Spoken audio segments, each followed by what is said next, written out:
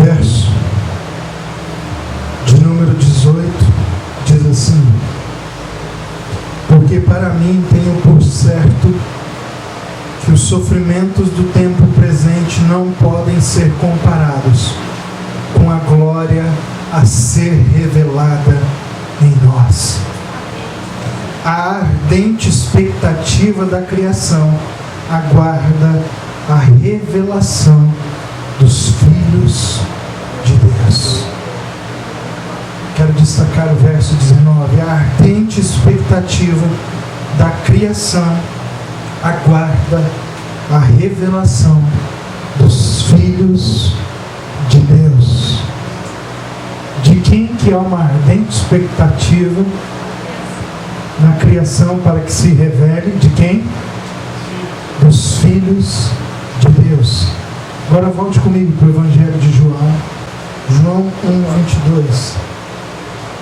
Disseram-lhe, pois, declara-nos quem és, para que demos resposta àqueles que nos enviaram. Que dizes a respeito de ti mesmo? Então ele respondeu: eu sou a voz do que clama no deserto, endireitai o caminho do Senhor. Há uma grande confusão instaurada na vida da igreja cristã nos dias de hoje. Em nome do Evangelho, coisas absurdas, horrendas têm sido feitas. Recentemente eu vi uma foto no Facebook onde registraram um momento em que numa igreja em São Paulo uma campanha é feita onde os irmãos têm a oportunidade de estar aos pés do altar daquela igreja, onde fica assentado um tapete santo logo ali na ponta daquele altar, onde é colocado um trono para que o ungido ou a ungida de Deus se sente, uma cadeira especial toda cheia de enfeites, decorações, de pedras preciosas adornada, e ali uma mulher tida como apóstola. Na verdade, isso até é um equívoco, porque a palavra apóstola não existe. Então, até para fazer isso, eles se equivocam. A palavra certa seria apostoleia. Então, a apóstola fulana de tal se coloca como a ungida do Senhor, dando àqueles irmãos, naquele dia especial, daquela campanha especial, a oportunidade de trazer uma oferta aos pés da apóstola, porque em Atos 2 a igreja vendia tudo que tinha e depositava aos pés dos apóstolos. Mas a oportunidade que é dada àqueles irmãos não é de se desapegar às coisas do mundo, não.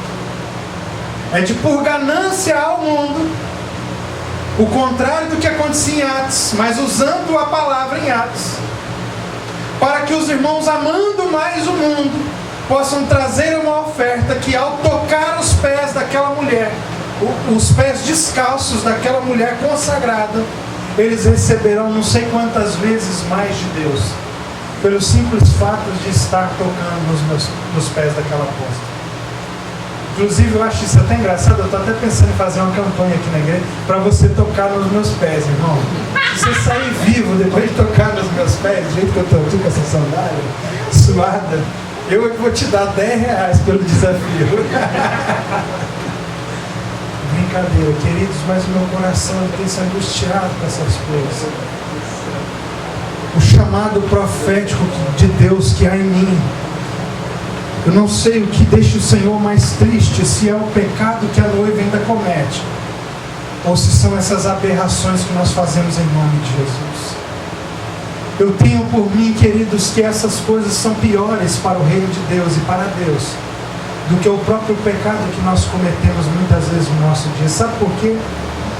Porque, querido, o pecado, o Senhor, Ele, quando vê arrependimento no nosso coração, Ele vai lá e nos purifica. Agora, como purificar alguém que maldosamente, que de maneira proposital tem enganado a noiva de Cristo, levado a noiva de Cristo por um caminho que não é o caminho do Senhor. Porque quando alguém perguntou: quem és tu, João Batista? Ele diz: eu sou a voz. Eu sou a voz do que clama no deserto. E ele diz: endireitai o caminho do Senhor. Agora preste atenção, queridos, como igreja, nós precisamos proclamar, carregar uma mensagem que seja de endireitamento do caminho do Senhor. As pessoas não podem continuar olhando para a igreja que nós representamos. Não é a igreja que os outros representam, é a que você representa, e continuar vendo coisas absurdas como essas. Nós precisamos orar e clamar para que o Senhor levante, manifeste uma geração pela qual há ardente expectativa da criação. E que geração é essa? É a geração dos filhos de Deus. Não é a geração dos crentes. Não é a geração dos evangélicos, porque ser evangélico no Brasil é beijar os pés dessa apóstola. É entregar o seu dinheirinho, não porque você está se desprendendo do mundo por amor à obra de Deus, levando uma oferta, mas porque você está indo até o altar, fazer o melhor investimento que pregaram na sua cabeça, deixar uma quantidade para que você receba uma outra muito maior em dobro. Isso é melhor, irmão, do que emprestar dinheiro a juros. E é por isso que as pessoas caem. Elas não caem porque elas amam ao Senhor, elas caem porque elas amam ao dinheiro. E aí quando alguém inventa uma história dessa, é fácil cair, porque pega a gente na nossa fraqueza. Eles não estão te convidando: deixe o pecado, renuncie os seus desejos. Ele está falando: ame cada vez mais as suas próprias ambições, os seus próprios sonhos, e esqueça a vontade de Deus. Beije os meus pés. Sabe, querido, isso tem entristecido não só o meu coração, mas o coração de Deus. Agora, isso é só algo que me indigna. Não é disso que eu quero falar. O que eu quero falar é de um processo de carências interiores que tem levado essas pessoas a fazer tal coisa. Porque talvez nós não caiamos no mesmo erro, mas talvez nós tenhamos as mesmas carências que os levam a fazer aquilo, mas que somos tentados diariamente a resolver essas carências interiores de uma outra maneira. A maioria dessas pessoas faz isso porque eles querem viver aquilo que mais se fala nos dias de hoje: eu não quero ser igual ao outro, eu quero ser a diferença.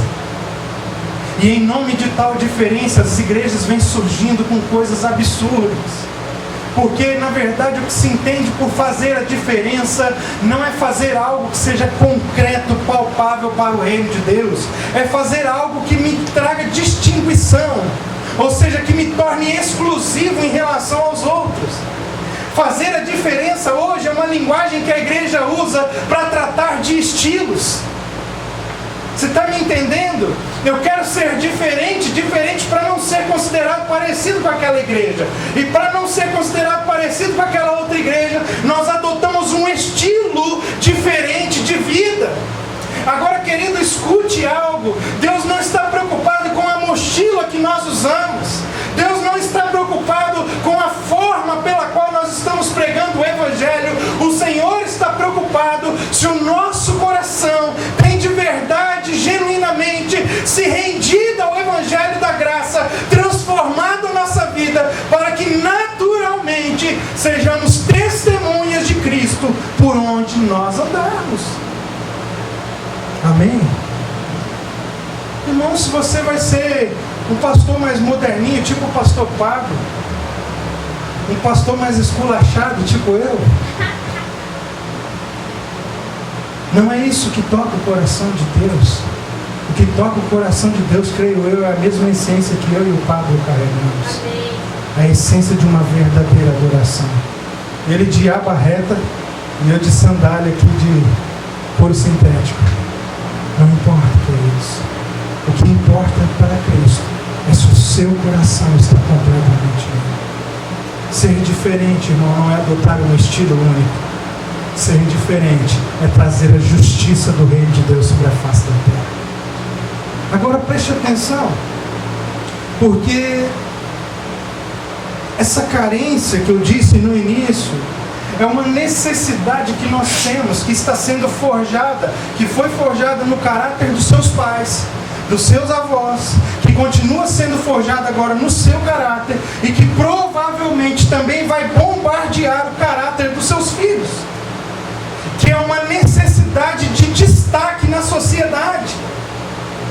O nome disso é reconhecimento. Você não foi criado pelos seus pais para ser mais um. Você foi criado pelos seus pais para ser um cara ou uma mulher que é a diferença de alguma coisa. Porque há na sociedade essa mentalidade de destaque. Nós precisamos, evidentemente, estar em destaque por algum motivo. Então, por que o pai fica feliz quando vai à natação do filho e lá ele vê o filho dele se sobrepor às demais crianças que está lá em uma competição? Então, naquele dia, naquela noite, com aquela medalha de ouro que simboliza o destaque do seu filho em detrimento dos outros, nós saímos com a nossa família para jantar na pizzaria. Não que as nossas conquistas não devam ser celebradas. O que eu estou falando aqui é que o grande propósito de Deus para a nossa vida é convém que Ele cresça e que eu diminua. Há uma essência na sociedade de nos autopromover. A gente acostuma mentir por causa disso. A gente, quando vai contar uma história, normalmente a gente conta a história de um jeito que traga mais destaque para aquilo que é a nossa participação naquela história que nós estamos contando. Então, se alguém me pergunta, e aí, pastor, como foi a semana lá em Jaru? Eu tenho que contar, o pessoal gostou muito da minha aula. Eu não conto como foi a semana em Jaru, eu conto aquilo que destaca, que evidencia a parte que me glorifica, que me exalta. Isso é uma coisa natural que está em nós. Agora vai vendo, eu não estou falando das pessoas que estão lá fora, estou falando de você e eu que estamos aqui nessa noite. Essa mensagem não é para aqueles que estão nas outras igrejas, para os outros pastores, é para mim e para vocês. Preste atenção, querido, e aí nós temos muita vontade de fazer a diferença, de pregar o Evangelho do Senhor. Então o que nós fazemos? Nós começamos a procurar atividades que nos autopromovam, que nos coloquem em destaque. A gente tem essa necessidade, a gente cria um canal, um site, e naquele site nós enchemos aquele site de informação que vai trazer reconhecimento para nós como igreja, e que lá no meio disso, se a pessoa vasculhar bem, vai ter algo do Evangelho. Nós estamos fazendo isso inclusive em nome de Jesus. É para pregar o Evangelho que nós fazemos isso. E isso, na verdade, aparente, é o que justifica o nosso desejo de reconhecimento. Nós usamos o Evangelho para que as pessoas nos reconheçam em Cristo. Talvez essa história ainda está sem sentido, mas eu vou chegar lá, só me acompanha no raciocínio. Existia um templo em Jerusalém, dotado de glória, dotado de poder, de unção. Ele era a própria promoção de Deus na terra. Ele era a visibilidade de Deus sobre a face da terra. Mas, por causa do desejo, da necessidade humana de destaque, os líderes religiosos, principalmente do judaísmo, apagaram Deus para que seus nomes estivessem mais em evidência do que o nome de Deus. Então eles quiseram ser chamados de a nação que Deus pertence. Eles esqueceram, eles se confundiram que o chamado deles era para ser a nação que pertence a Deus. E começaram a confundir as coisas sensivelmente, irmão. Porque ninguém mete os pés pelas mãos do dia para a noite. É devagarzinho, a gente vai gostando. Nossa, a igreja está avançando. Maravilha! Glória a Deus, vamos investir nisso, está dando certo. Olha só, estão falando da nossa igreja por aí, coisa linda. Uhul! Beleza! E aí nós vamos achando que isso é a aprovação de Deus. Queridos, preste atenção. Aplausos de homens não significa aplausos dos céus. Nós temos que ter a aprovação de Deus sobre a nossa vida, não a aprovação da terra, porque a terra não garante que o que nós estamos fazendo é algo imperecível, porque tudo que está na terra perecerá um dia. Amém. Você está comigo, amém? Amém. Você já me abandonou depois dessa palavra. Espera, querido, eu vou terminar. Se você acha que está ruim, vai piorar bastante. Glória a Deus. Olha só, escuta. Acompanha o meu raciocínio. E aí aqueles homens, de maneira sensível, foram trocando a nação que pertence ao Senhor para o Deus que pertence à nação. E nós corremos o sério risco de fazer aquilo que Israel fez, porque daqui a pouco nós estamos falando o Deus da Betesda. Não é mais a Betesda de Deus, é o Deus da Betesda. É o Deus da caverna. Não é mais a caverna que é de Deus. Não são mais pessoas que foram chamadas a transformarem a sua vida pelo Espírito Santo para serem testemunhas. É o Deus que realiza aquilo que nós desejamos. E em nome disso, a casa que era de Deus se transformou na casa dos homens de Deus. E logo depois, irmãos, aquela casa já não era nem mais a casa dos homens de Deus, era a casa dos interesses dos homens de Deus. Deus já não estava mais ali. Então apareceu um homem, tipo um pavio, que fumega, lá no deserto, balançando. Ninguém entendia por quê, porque João era chamado para ser o sacerdote, era de uma família sacerdotal, mas se vestiu de pele de camelo, comia gafanhoto e mel silvestre, inclusive seguindo uma instrução que estava lá em Levítico acerca do sacerdote, que ele deveria comer gafanhoto e mel silvestre. Então, alojado, hospedado numa casa que não era sua, mas que era de Deus, aquele homem vive praticamente 14 anos da sua vida escondido no deserto, porque o deserto agora não era mais a casa de ninguém, lá era a casa de Deus. Mas o que a igreja deseja nos dias de hoje? O deserto ou o vislumbre, o reconhecimento do tempo? O que chama mais atenção para mim e para você é uma casa feita por mãos humanas ou uma casa construída, um edifício espiritual para a morada do Espírito Santo? Sabe, queridos, eu ainda não resolvi essa situação. Eu estava ministrando no seminário em Jaru, e eu estava dando aula de eclesiologia, que é a doutrina da igreja, e eu disse que a igreja vem perdendo a sua identidade, porque nós estamos mais preocupados com tijolos do que com vidas. E quando eu comecei a falar sobre isso, teve uma pessoa que se indignou com a minha aula, e ela não suportou. Ela falou: pastor, eu entendo a sua ideia, eu entendo o que vocês estão vivendo como igreja, eu concordo com isso, mas como eu vou chamar uma pessoa para ir à minha igreja?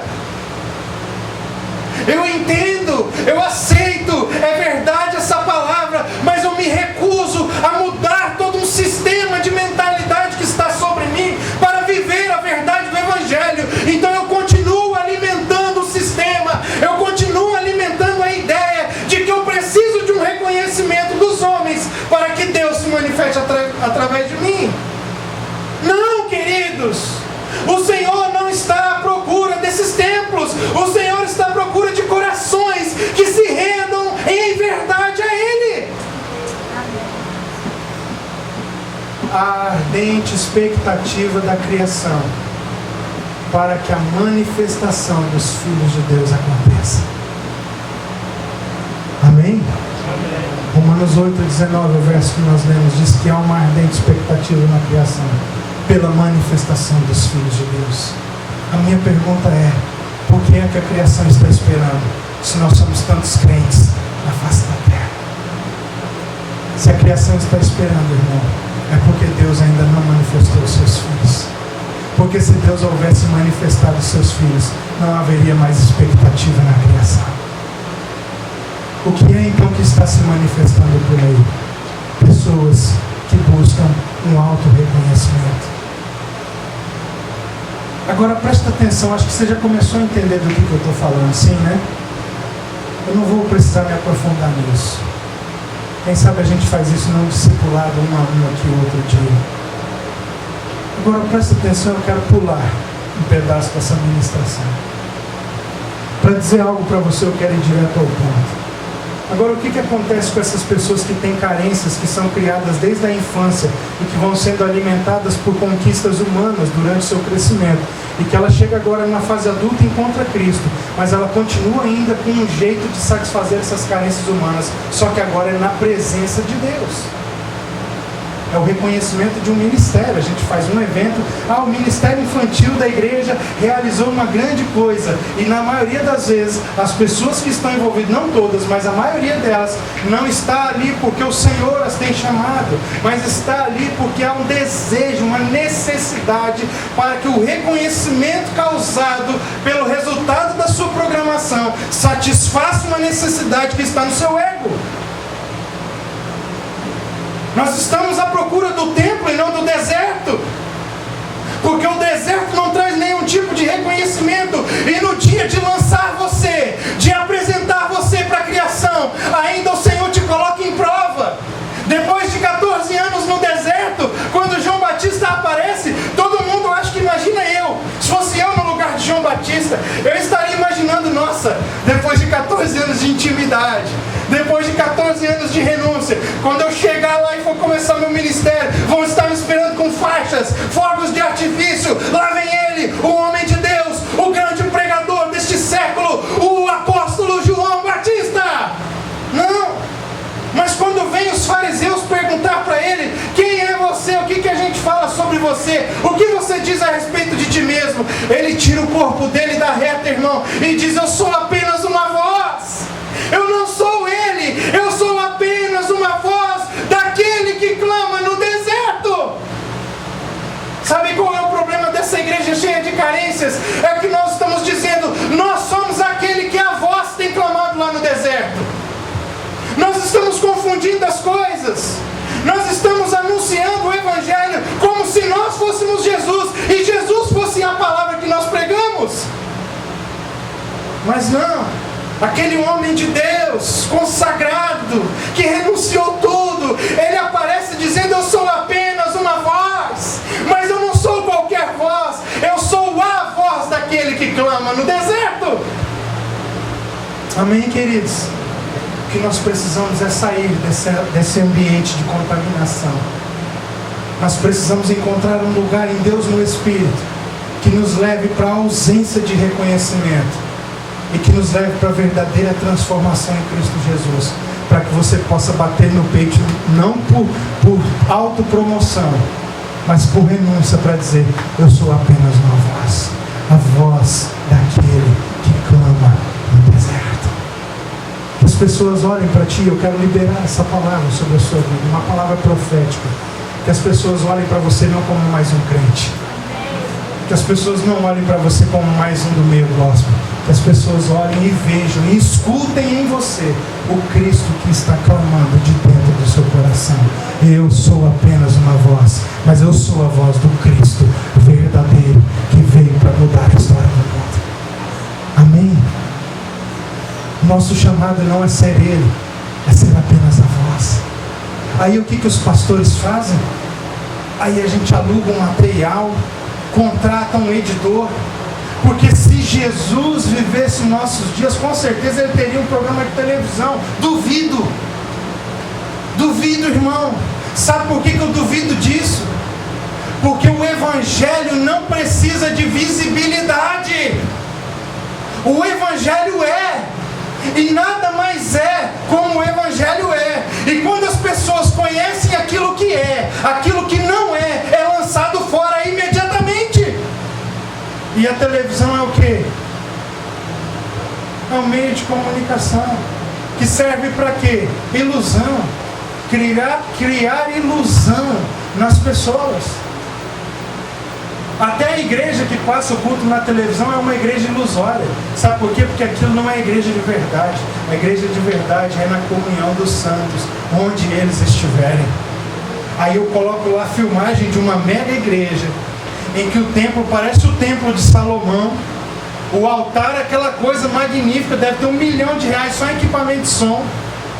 E nós fazemos as pessoas acreditarem que aquilo é ser homem e mulher de Deus.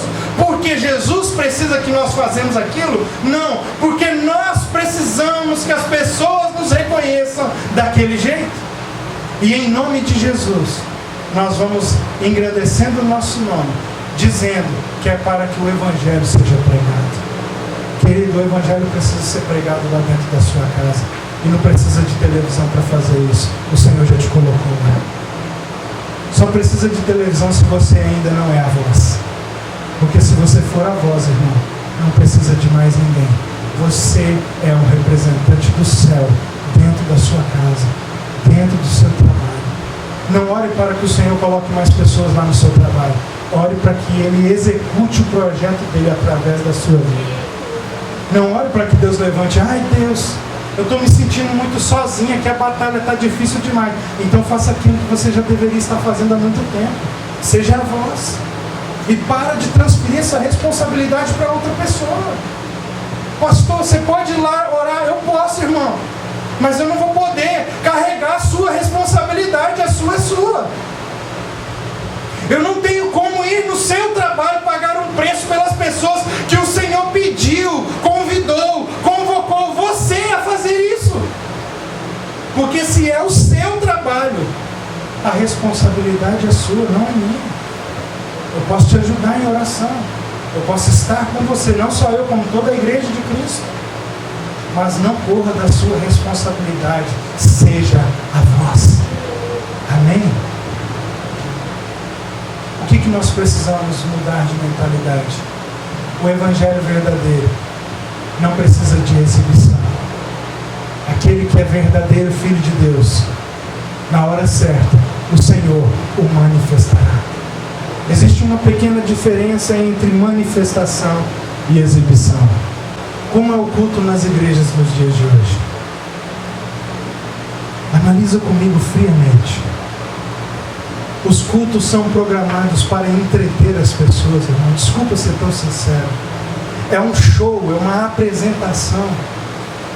O ministério de dança muitas vezes não é levado a carregar um altar dentro do coração, mas ele está preocupado a apresentar algo para aquela igreja, para aquele público, para aquela plateia.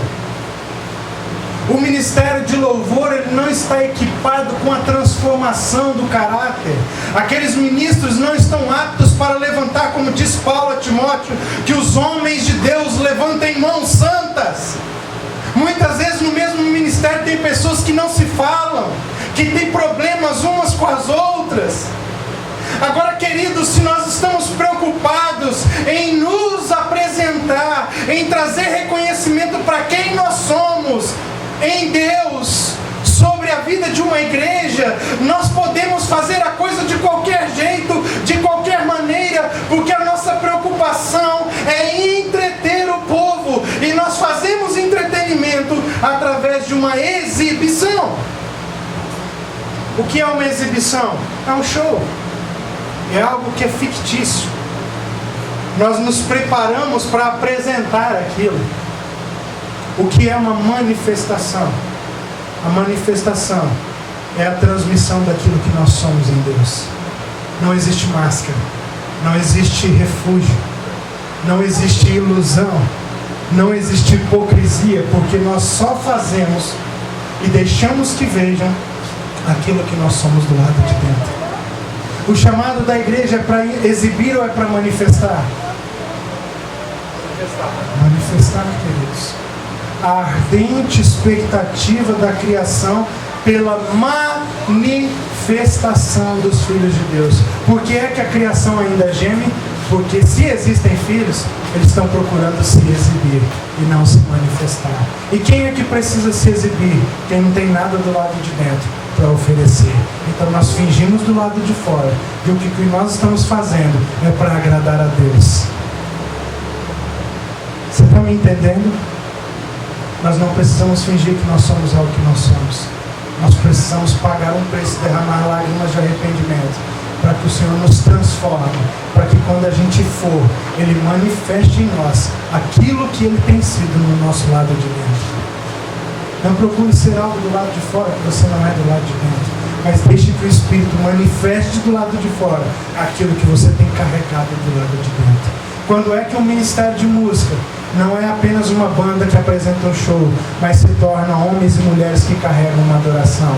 Quando você entra dentro do seu quarto, tranca a porta e derrama lágrimas de arrependimento, medita na palavra e adora o Senhor em intimidade. Aí quando você vem para frente de um púlpito e você abre a sua boca, você não precisa se exibir, porque o Espírito Santo manifestará o que existe dentro de você do lado de fora. Glória a Deus. Você está entendendo, irmão? Mas essa não é a proposta da igreja dos nossos dias. Sabe, as pessoas têm tido um discurso, e principalmente isso começa nos pastores, um discurso de marketing. Hoje tem o marketing gospel, daqui a pouco vai ter até curso superior especializado em marketing de igreja. Agora, quem é que precisa de marketing? Só quem não é, porque se você for, ele se manifestará através da sua vida. Agora, se você não for, não tem o que manifestar. E se não tiver o que manifestar, mas você for responsável por trazer algo, você terá que se exibir. Colossenses capítulo 3, verso 1 ao 3 diz assim: portanto, se fostes ressuscitados com Cristo, buscai as coisas lá do alto, onde Cristo vive, assentado à direita de Deus. Nós temos que buscar as coisas do alto, da terra ou do alto onde Cristo vive, irmãos? Parece que vocês ficaram meio na dúvida, hein? Vou perguntar de novo. Se nós estamos em Cristo, nós temos que buscar as coisas do alto, do céu, ou as coisas do alto, os pódios da terra? Do alto do céu. Pensai nas coisas lá do alto, não nas que são... Oi, respondeu. Não nas que são aqui da terra, porque morrestes e a vossa vida está oculta juntamente com Cristo em Deus. O que aconteceu com a nossa vida? Ela está oculta. E essa palavra oculta, ela diz a respeito da nossa exibição. É preciso que homens e mulheres que estão em Cristo deixem de se exibir, porque a nossa vida não é mais nossa, ela foi escondida em Deus. Continue.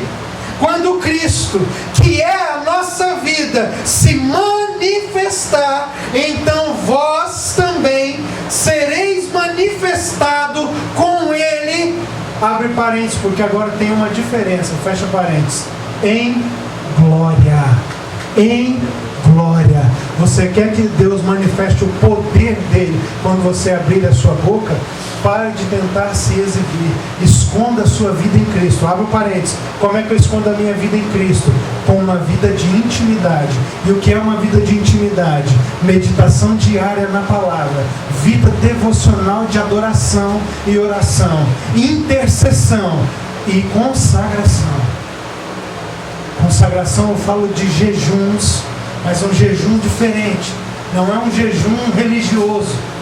É um jejum espiritual, onde você concentra suas forças em Cristo e em sua palavra através da oração, para manifestar ao mundo aquilo que Deus tem manifesto a você, lá no seu lugar secreto de adoração. Você quer fazer a nossa igreja crescer? Não é se exibindo, é se manifestando.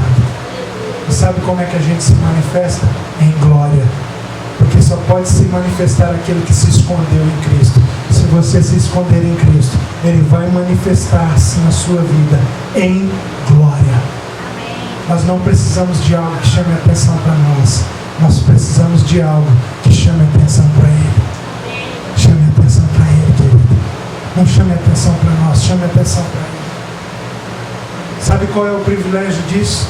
É que as pessoas estão carentes de referências genuínas e verdadeiras. E se elas encontrarem isso em você, pode ter certeza, elas quererão caminhar contigo. Aí entra o benefício de sermos manifestos e não exibidos. Porque quem vir, quiser congregar com você no mesmo lugar onde você está, virá porque o coração foi impactado pelo Evangelho e não pela sua exibição. Porque se vem impactado pela sua exibição, as carências não serão resolvidas em Cristo. E aí quem é que tem que sustentar essa pessoa? Você. Porque foi através do seu show, da sua performance, que ela decidiu vir. Agora, se através de Cristo, irmão, a responsabilidade não é mais sua, é dele. E pode ter certeza, se tem alguém aqui que sabe cuidar de alguém, é Jesus. Ele tem cuidado de você, amém? E assim como Ele tem cuidado de você, Ele vai cuidar dos outros que virão. Nós precisamos tomar uma decisão nessa noite. Se nós vamos continuar tentando satisfazer as nossas carências desde criança, no reconhecimento humano, ou se nós vamos esconder a nossa vida em Cristo, para que quando Ele manifestar a vida dele em nós, seja feito com glória, com poder, com unção, com amor, com misericórdia. Nessa noite eu quero convocar você como igreja a nós vivermos um evangelho genuíno e verdadeiro, longe da visibilidade dos homens, mas dentro da visibilidade dos céus. Desfaça de toda a necessidade humana que você tem de aplausos, de elogios, de resolver as suas carências no reconhecimento que até mesmo o ministério pode trazer. Esconda a sua vida em Cristo, porque essa cidade, esse estado, essa nação precisa que os filhos de Deus se manifestem, e eles só se manifestarão porque já estão ocultos em Deus. Todas as vezes que a gente procura se manifestar pela nossa própria conta, nós teremos que nos exibir. Mas todas as vezes que nós nos escondemos no nosso quarto de adoração, no nosso quarto de guerra, Ele se manifesta em nós, sem que a gente nem perceba. Você está andando na rua, alguém chega para você e fala: que é isso que tem na sua vida, cara? Você é diferente, eu quero isso para mim. O que é que tem mudado a sua história? Eu quero isso para mim também, porque eu preciso que isso mude a mim. Sem exibição, apenas com manifestação, porque esta é a vontade de Deus para a sua igreja.